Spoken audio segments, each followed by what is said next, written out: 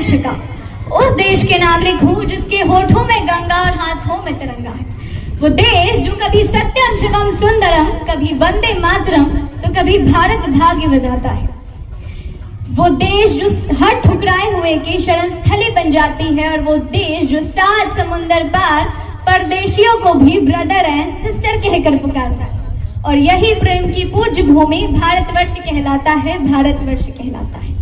भारत की खूबसूरती इस बात में नहीं कि यहाँ के लोग एक जैसा सोचते हैं, बोलते हैं, साथ जीते हैं, बल्कि भारत की खूबसूरती तो इस बात में है कि लोग अलग अलग होने के बावजूद भी एक दूसरे के लिए समय पर खड़े रहते हैं।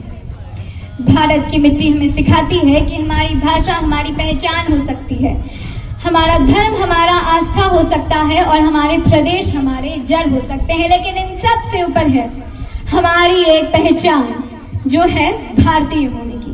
So we the people of India, not we the Hindu, we the Muslim, we the Tamil, we the Sikh, we the Isai, we the people of India.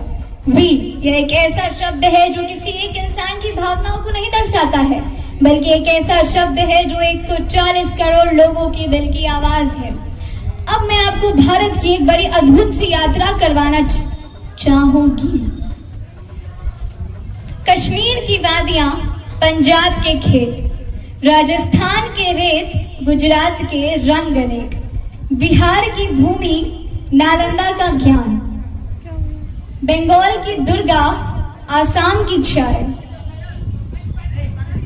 Kerala की हरियाली, तमिलनाडु की संस्कृति छाई, उत्तर दक्षिण पूर्व पश्चिम, रंग अनेक, पहचान अनेक, लेकिन भारत एक, तिरंगा एक।